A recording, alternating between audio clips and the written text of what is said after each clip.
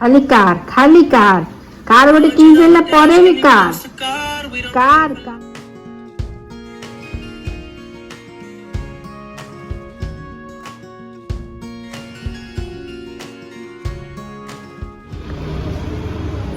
ये भल फुल ना मा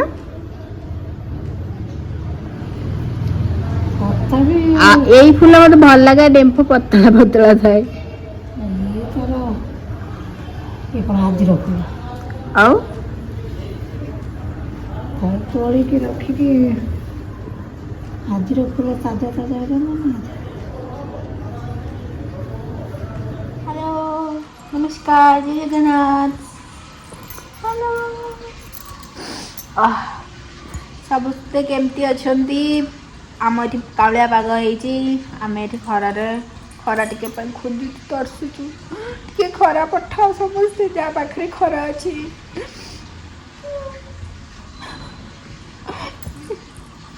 तो कौन खोजु कौन खोजु कामलिया है थंडा न धोबे केमती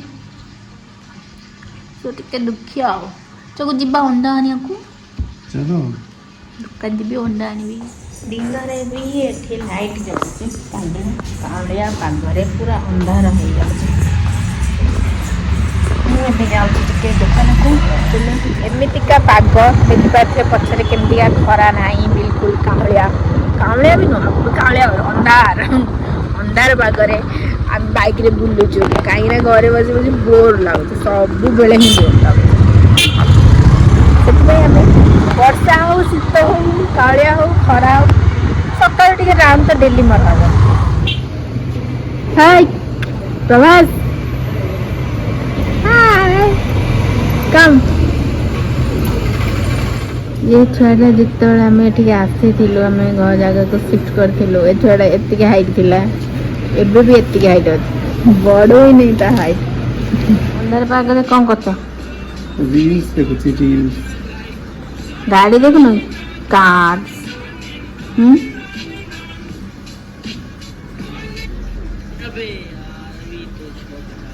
नको नको नको नको नको नको मुझे करी ऑमलेट ऑमलेट ऑमलेट जगू मुझे मजा कथा कहे समस्त को सुना आम जगू तेबी मुझे डाली कली है हल्दी पकेनी भूली जाइली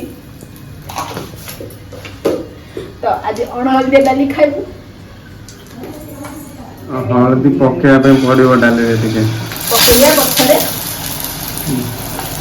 वर्षा पाग आज ऑमलेट कहीं शीत पड़े बेसी पानी हाँपाई इच्छा है चिकेन कि माछ काटुले तो बेसी पानी हाँका पड़ता से बेसी पानी हाँका डरली ये को देशर मानचित्र ये लीजिए ऑमलेट ना ना भोक करवा दरकार तते भोक न कले केमे जानबू सकाळ जो खाइबा भी खाइबा आसे ना मु खाइबेनी सकाळ खाइबा खाइबेनी तो गाधा तो भोक ही करबो ना एबे एबे तक तो भोक सियोर करथो एना ऑमलेट रो वासना होला हां ऑमलेट रो वासना होला बेले भोक अधिक करथो आणि मोटे भी भोक लागी एना मु भी खाई सेम पेट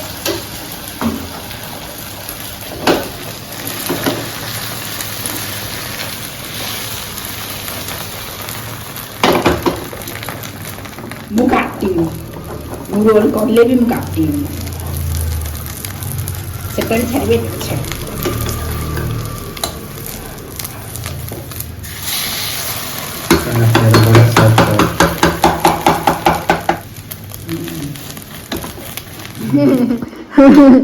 माँ आने को दे रे मो बापा को कह दिन कथी मोद गोटी बोली बापा फोन करे हेलो बापू पता नहीं हेलो बापू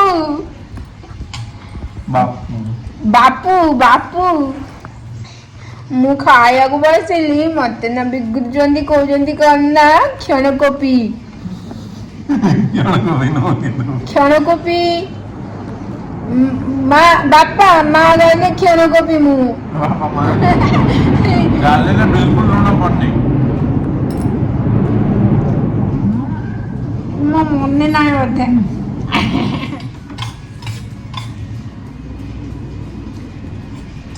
ମୁଁ ତ ଖାଇବି ରୁଟି।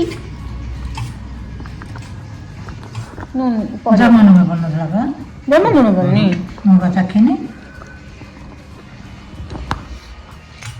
ଯେ ଜାଣିପାରେ ନା କିଛି ସିଏ ଜାଣିପାରିଲା ସେ ଏତେ କରି ଜାଣିପାରିନି। ମାଲେ ସୁଦୁ ଲୁଣିଆ କଲି। ହଁ ସୁଦୁ ଲୁଣିଆ ପୁରା ଲୁଣିଆ ନାଗୁଛି। ଅଲଣାରେ ମା କଣ ଲୁଣିଆରେ ସ୍ୱାଦ କଣ ମା କହିଲେ ଢଗଟା।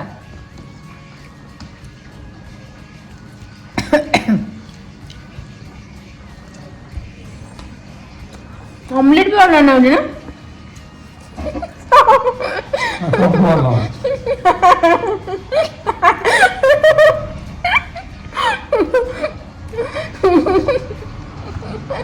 ଆଉ ଟିକେ ଅଲଣା ବହୁତ ଚାହିଁଥିଲ ମା।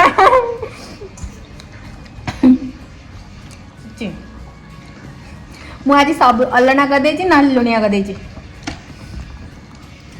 କଣ ପାଇଁ ଭିଡିଓ କରିବା ଦରକାର ବାପା ଫୋନ କରିଦେବି।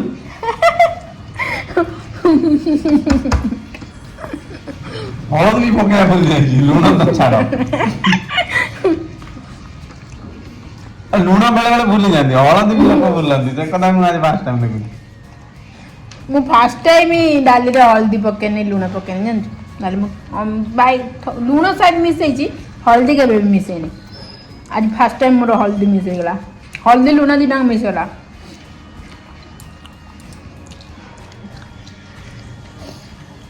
ୟୁଟ୍ୟୁବ ସାଙ୍ଗମାନେ ଡାଲି ରୁଟି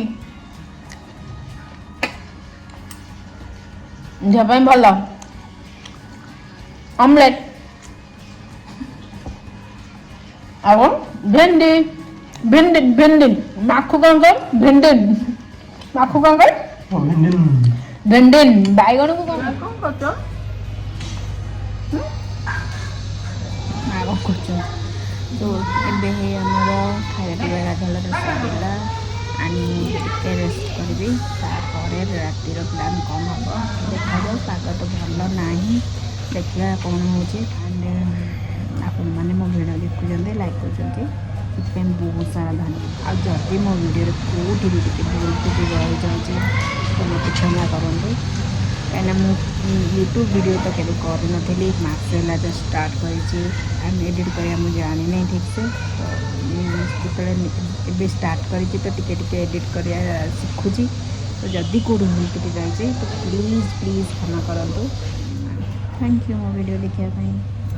ବାଏ।